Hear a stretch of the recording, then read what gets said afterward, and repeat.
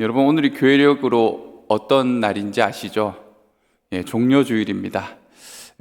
이렇게 주일의 명칭이 된 까닭은 예수 그리스도께서 예루살렘에 입성하실 그때에 모든 백성들이 나와 종려나무 가지를 흔들고 예수님을 환영하였기 때문입니다. 오늘 2부, 3부 예배 마치고 혹시 보신 우리 청년도 있겠지만 우리 아이들이, 영아부, 유치부 아이들이 종려나무 가지를 막 흔들며 그때의 상황을 재현하는 모습을 보았습니다. 이처럼 종료주일은 감격과 기쁨의 날이지만 정작 예수 그리스도의 고난이 본격적으로 시작되는 것도 바로 그날이었습니다. 군중의 환호는 한 줄을 넘기지 못했고 오히려 십자가에 매달라는 저주의 소리로 바뀌었습니다. 따라서 오늘은 종료주일과 함께 교회력 표시를 보면 순환주일이 함께 되어 있습니다. 순환주일, 종료주일을 시작으로 고난주간이 시작됩니다. 제가 사역을 하면서 정말 애매했던 교회력 중에 하나가 바로 종료주일이에요. 왜냐하면 왕으로 오신 예수 그리스도의 영광을 찬양하고 기뻐하는 일에 초점을 맞추고 싶은데 그러면 주님이 당하신 고난을 잊어버리는 것 같이 여겨졌기 때문이에요. 영광과 기쁨이 가득한 부활절이 이제 한 주가 지나면 오잖아요. 근데 제가 종료주일에 왕으로 오신 예수 그리스도를 기뻐하고 찬양하는 주제로서만 이제 목회와 말씀, 설교 이런 것들을 준비하면 사실 우리는 주일을 중심으로 이 신앙과 우리의 믿음 생활이 돌아가지 않습니까? 사이클이. 그래서 그러다 보니 이제 종료주일을 그런 의미로만 새기고 나니 아이들이 예수님의 고난은 모른 채 이제 다음 주 부활주일을 맞이하는 거예요. 그래서 종료주일에 왕으로 오신 주님이 그 다음 주에는 부활하시는 거예요. 그래서 그 안에 십자가를 경험해 보지 못하는 경우들이 발생하더라고요. 그래서 종료주일이면서 순환주일이 되어야 하는데 어디에 더 무게를 실어야 할까? 그런 고민을 몇 번 한 적이 있습니다. 근데 이제는 그 고민을 할 필요가 없다는 생각을 하게 됩니다. 왜냐하면 예수님이 왕으로 오셨는데 그 왕은 자기 백성을 구원할 메시아이자 고난받는 종으로 오셨기 때문입니다.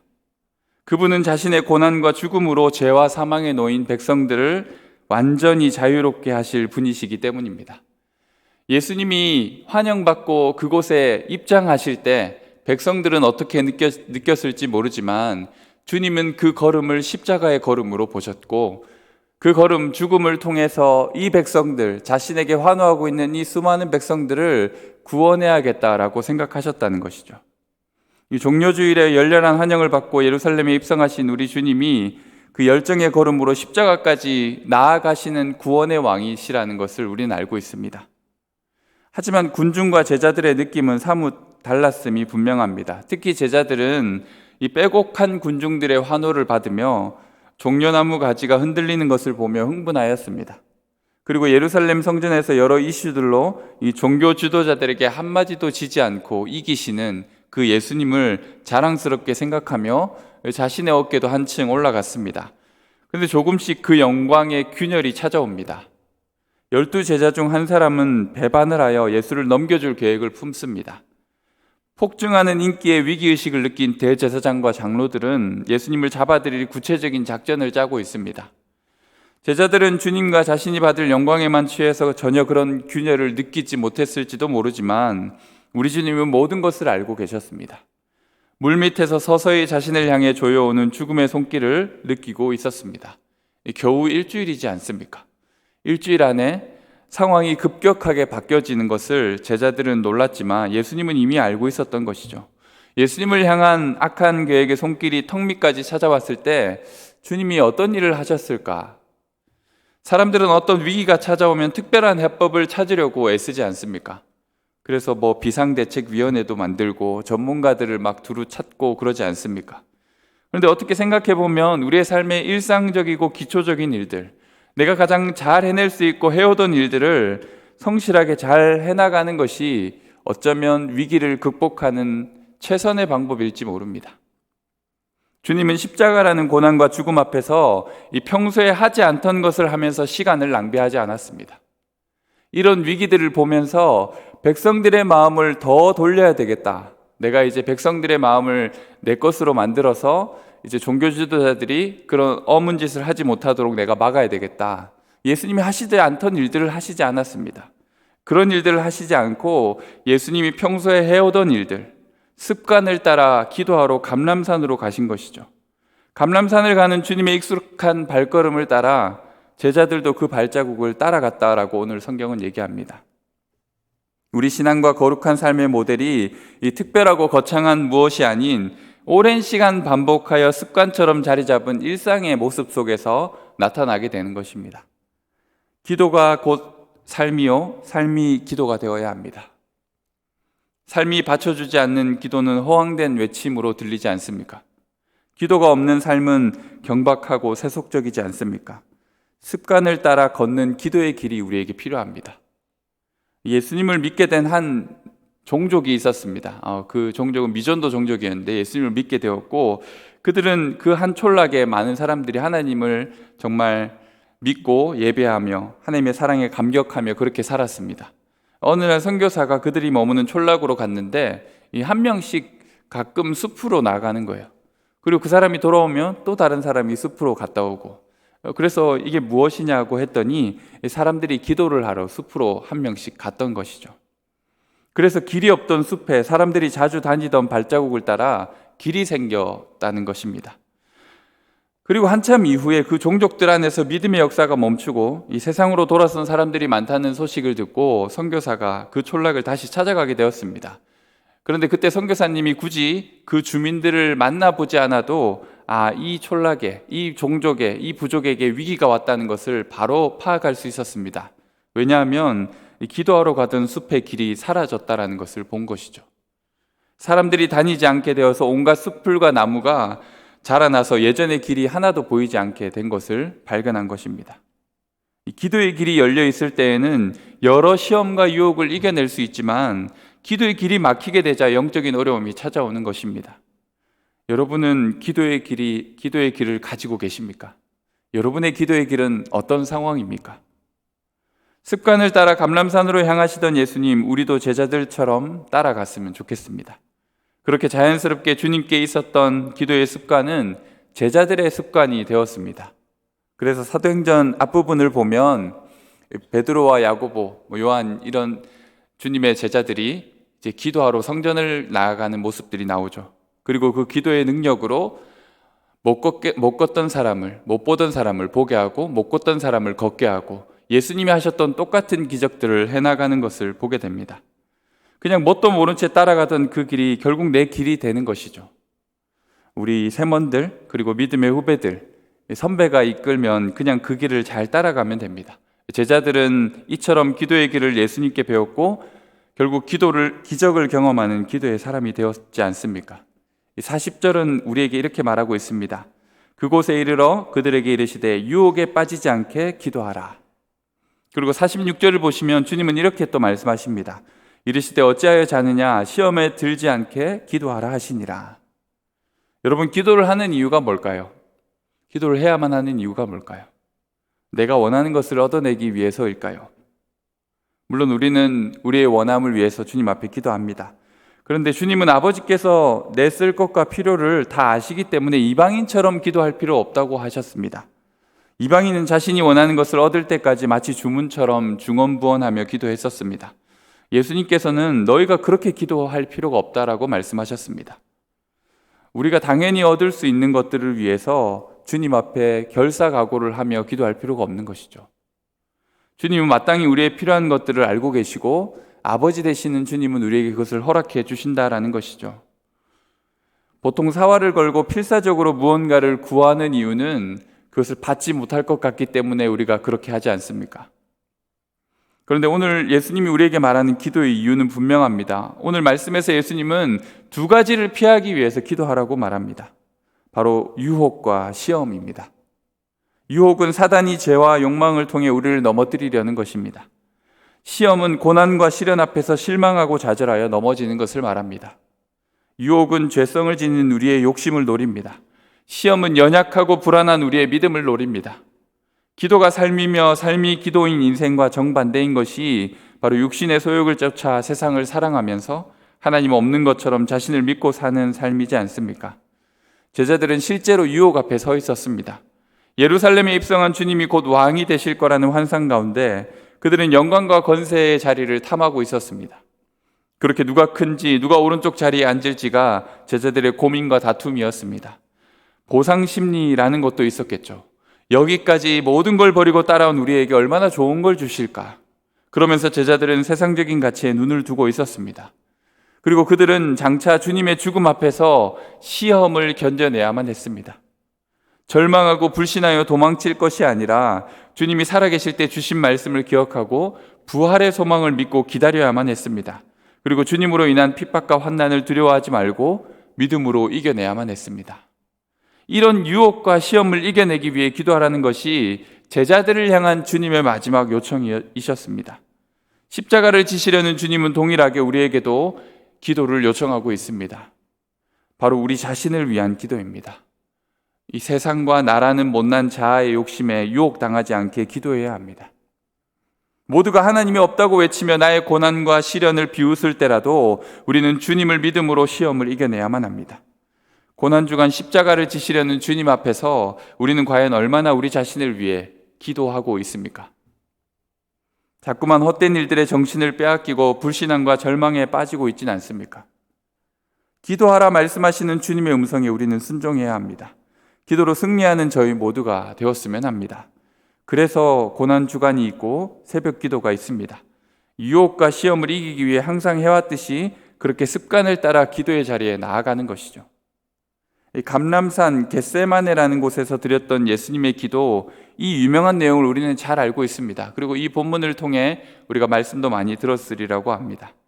만일 아버지의 뜻이거든 이 잔을 내게서 옮기시옵소서. 그러나 내 원대로 마시옵고 아버지의 원대로 되기를 원하나이다. 아주 익숙한 이 기도가 사실은 굉장히 특이한 기도라는 것 여러분 느끼고 계십니까? 예수님은 한 번도 그랬던 적이 없으신 분인데 왜 오늘 본문에서는 하나님의 뜻과 자신의 뜻이 다른 것처럼 기도하고 계실까? 나의 원함과 아버지의 원함 사이에서 갈등하는 예수님의 모습이 낯설지 않습니까? 이게 낯설 수밖에 없는 이유는 예수님은 이미 제자들에게 자신의 죽음을 여러 차례 예언하셨기 때문입니다. 인자가 이방인들에게 넘겨져 희롱을 당하고 능욕을 당하고 침뱉음을 당하겠으며 그들은 채찍질하고 그를 죽일 것이나 그는 3일 만에 살아나리라. 이런 말씀을 3번에 걸쳐서 제자들에게 계속해서 말씀하셨습니다. 난 이 일을 하러 예루살렘으로 간다 라고 주님은 선포하셨습니다. 그래서 도마가 이런 말도 하잖아요. 그래, 우리도 예수님과 함께 죽으러 가자.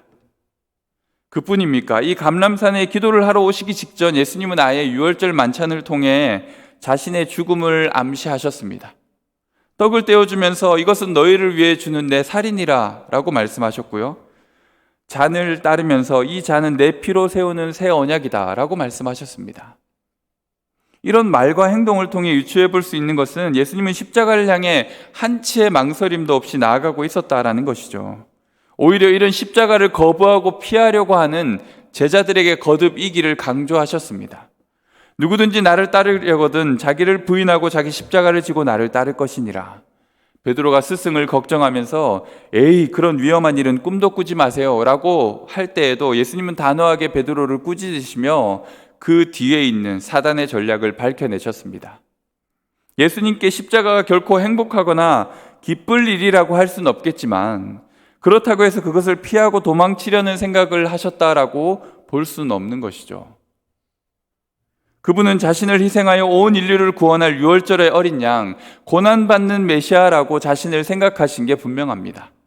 그런 주님께서 왜 다른 원함을 가지게 되었을까? 무서운 십자가 죽음이 코앞까지 다가오자 두렵고 공포에 질려서 그랬을까? 그 정도로 설명이 안 됩니다. 결국 예수님은 뭔가 크게 당황하신 것이 분명한데 크게 고민하여 죽게 되었다라는 다른 본문의 말씀을 통해서도 알 수 있지만 예수님에게 한꺼번에 밀려왔던 그 하나님의 뜻, 그가 그렇게 당황하시고 마음 어려워했던 하나님의 뜻이 무엇일까요?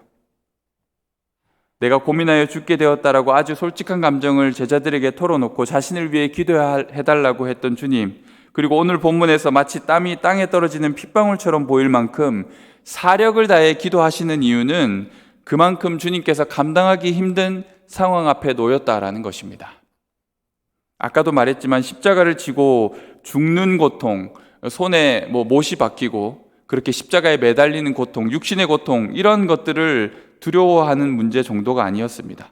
예수님께서 도저히 자신은 마실 수 없다고 여기며 만일 가능하시다면 옮겨주기를 바랬던 그 잔은 단순히 십자가 형벌의 고통이 아니라는 것이죠. 그것은 더 끔찍한 하나님의 진노의 잔이었습니다. 바로 여기에 답이 있습니다. 하나님의 진노, 예수님께서 한 번도 맛보지 못했던 잔입니다. 아니, 어쩌면 전혀 가늠해 볼 수 없는 무게입니다. 예수님께 새로운 것이죠. 예수님은 하나님의 진노와 심판에 대해서 모릅니다. 주님은 항상 그분의 뜻에 순종하였고 그분을 기쁘시게 하였기에 하나님 아버지의 타오르는 진노나 심판을 마주한 적이 없습니다. 그런데 이제 주님은 그것을 마셔야만 하는 것이죠. 아무리 예수님이라 하여도 그것은 두렵고 무서운 일이었던 것입니다. 이게 어떤 문제인지 아십니까? 죄 없으신 예수님이, 하나님께 오직 최고의 기쁨이었던 독생자 예수님께서 하나님의 무서운 심판 앞에 서게 되었다는 것은 굉장히 억울한 일입니다. 죄가 하나도 없는데 죄값을 치러야 합니다. 한두 가지가 아닙니다. 온 인류의 악독과 범죄를 마치 자신이 한 것처럼 모두 짊어져야만 하는 것이죠. 이로 인해 예수님은 이제 어떻게 불리게 됩니까? 어떻게 여겨지게 됩니까? 거짓말쟁이, 사기꾼, 호색한, 살인자, 실없는 놈, 배반자, 위선자, 뻔뻔한 사람, 더럽고 거북한 자, 막대 먹고 비천한 자, 강간범, 뇌물수수자, 한 푼도 내 자녀를 버린 사람, 술에 절어서 밤마다 가족을 두들겨 패는 사람, 비웃는 사람, 교만한 자, 시시껄렁하고 미친 사람, 끝이 없이 말할 수 있습니다. 이 땅에서 바라볼 수 있는 모든 죄악의 모습들을 예수님에게 전가시킨 것이죠. 우리 인류의 끔찍하고 더러운 제목들, 하나님께서 감히 눈을 뜨고 쳐다볼 수 없는 온갖 죄가 예수님 앞으로 전가되는 것입니다. 하나님 아버지는 이제 고개를 돌릴 수밖에 없습니다. 악취가 나고 더럽고 역겨운 죄의 냄새 때문에 말입니다. 주님은 이제 그런 대우를 받아야 하는 것입니다. 그 잔을 마셔야만 하는 것이죠. 예수님이 당황하셨던 이유는 무엇입니까? 그냥 자신의 백성들을 위해 자신의 목숨을 버리는 이 숭고한 희생 정도가 아니기 때문입니다. 하나님께서 너 백성들을 위해 대신 죽어라. 독립투사가 마치 민족을 위해 자신의 목숨을 버리는 것처럼, 순교자가 하나님 나라를 위해 목숨을 버리는 것처럼 예수님이 그냥 자신이 구원해야 될 백성들을 위해 자신의 목숨 하나 버리는 것 정도가 아니었다라는 겁니다. 사람들이 그렇게 예수님이 우리를 위해 죽으셨구나, 위대한 예수가 우리를 위해 목숨을 잃었구나, 그렇게 해서 여길지 몰라도 예수님께는 그게 중요한 게 아니었습니다. 자신이 가장 사랑하는 하나님 아버지께 최악의 죄인으로 여김받아야 되는 것이 두려웠던 것이죠. 주님은 이 고통에 몸부림칩니다. 아버지, 만일 아버지의 뜻이면 이 잔을 옮길 수는 없을까요? 제가 꼭 이 잔을 마셔야만 하는 겁니까? 십자가 고난, 죽음을 옮겨달라는 것이 아닙니다. 하나님의 저주, 심판, 냉대, 분노를 제가 과연 받을 수 있을까요? 한 번도 받아보지 못했던 그것을 받아야 할 이유도 없는 예수님이 받아야 하는 상황 앞에서 고민하여 죽게 된 것입니다. 예수님께서 정말 무서워했던 것은 하나님의 진노와 심판의 무게였습니다. 이 심판과 진노의 무게는 하나님의 영광과 그 무게가 같기 때문이죠. 예수님은 하나님의 진노와 심판을 마주해 본 적이 없습니다. 그러나 하나님의 영광의 무게를 아십니다. 그래서 그 진노와 심판이 얼마나 무서운지, 얼마나 무거운지 알고 있었던 것이죠. 아담의 때로부터 예수 그리스도의 때까지, 아니 이후에 일어날 모든 죄까지 합산하여서 예수님께 내려진 하나님의 진노는 무서운 진노였습니다. 이 살을 찢고 온몸에 피를 다 말리는 진노이죠. 이 진노는 살인자에게 죽은 자신의 어린 딸로 인해 무너진 아버지의 마음을 통해 우리는 짐작해 볼 수 있습니다. 가만히 당한 살인, 고통스러운 자신의 자녀의 죽음으로 인해 부모가 느끼는 그 감정, 이 가만히 있을 수 없는 마음이지 않습니까? 찢어 죽이고 싶다가 정확한 표현일지 모릅니다. 죄로 인해 일어난 피해와 아픔, 죽음들을 하나님이 그것들을 바라보시며 가지고 계신 분노하심, 그 적개심, 그것을 이제 예수님께 향하게 되었다라는 것이죠. 선량한 사람들을 짓밟은 사악한 죄를 공의로우신 하나님께서 가만히 두실 수가 없습니다. 그 거룩한 분노를 이제 누가 받게 되었다고요? 예수 그리스도 한 분이 다 받아내셔야 되는 것입니다. 예수님이 지셔야만 했던 십자가, 그분이 마셔야만 했던 잔이 어떤 고통이었는지 우리는 짐작하고 싶지만 다 헤아릴 수 없습니다. 하지만 주님이 얼마나 열심히 그 잔을 있는 그대로 마시려고 했는지, 자신의 십자가를 얼마나 열정적으로 지시려고 했는지는 우리가 알 수 있습니다. 겟세마네 감람산에서의 기도는 이미 예수님의 십자가가 시작되었음을 알리는 장면이었습니다. 예수님은 이곳에서부터 이미 십자가를 지고 계신 것입니다. 아버지의 뜻이 자신을 통해 이루어지기를 간절히 기도하셨습니다. 전능하신 하나님과 하나이신 예수 그리스도께서 자신을 비워 그 안을 채우고 또 채웠습니다. 자신 안에 있었던 하나님의 영광을 다 비워내고 그 빈 곳에 예수님은 죄와 죽음과 고통과 절망으로 가득 채웠습니다. 어느 것 하나 놓치지 않고 자신을 그릇 삼아 다 담아내시려고 주님은 땀이 흐르는 핏방울처럼 보일 만큼 힘쓰고 애써 더욱 간절히 기도하셨습니다. 그 누구도 이렇게 예수님처럼 기도할 수 없을 것입니다. 하지만 그 주님을 바라보았던 제자들처럼 기도를 흉내낼 수 있습니다. 감람산에서의 기도, 이 장면은 너무나도 분명하게 이 기도의 본을 가르쳐주는 본문이라고 볼 수 있습니다. 예수님의 기도라는 교본을 제자들이 보고 배우고 있는 것이죠. 그리고 주님은 그 제자들에게 우리에게도 이 기도의 본을 따라 배우라고, 같이 기도하자고 우리를 초청하고 계신 것입니다. 거기서 끝이 아닙니다. 주님은 우리를 또한 그 기도의 자리에 초청하고 있는 것입니다. 기도 후에 일어나 제자들에게 가서 슬픔으로 인하여 잠든 것을 보시고 이르시되 어찌하여 자느냐, 시험에 들지 않게 일어나 기도하라. 주님은 우리에게 기도의 자리로 부르고 계신 것이죠. 주님이 지시야만 했던 그 십자가의 잔, 주님이 감히 마실 수 없었던 그 잔을 다시 아버지의 뜻대로 예수님이 온전히 다 받아내시기 위해 힘쓰고 애써 더욱 간절히 기도하셨던 그 십자가의 구원을 우리는 이제 고난주간 바라보면서 주님의 기도를 우리가 함께 드리는 것입니다. 예수님은 무엇이 가장 두려웠을까요? 하나님과 항상 함께 하셨던 그 예수님이 하나님과 분리되어지고 마치 하나님으로부터 떨어져 지옥까지 떨어지는 그 고통 가운데 예수님은 서 계셨습니다. 그러나 주님은 그 고통을 자신의 고통으로 끌어안기 위해 힘쓰고 애써 더욱 간절히 기도의 자리에 마치 땀이 핏방울처럼 흘러내리듯이 주님 앞에 기도하셨습니다. 내일부터 고난주간이 시작됩니다. 주님의 고난을 묵상하지 않고 기도하지 않고 우리가 갑자기 부활하신 주님을 맞이할까 걱정입니다. 이제 한 주간의 삶을 통해 우리가 주님의 십자가 앞으로 나아갔으면 좋겠습니다.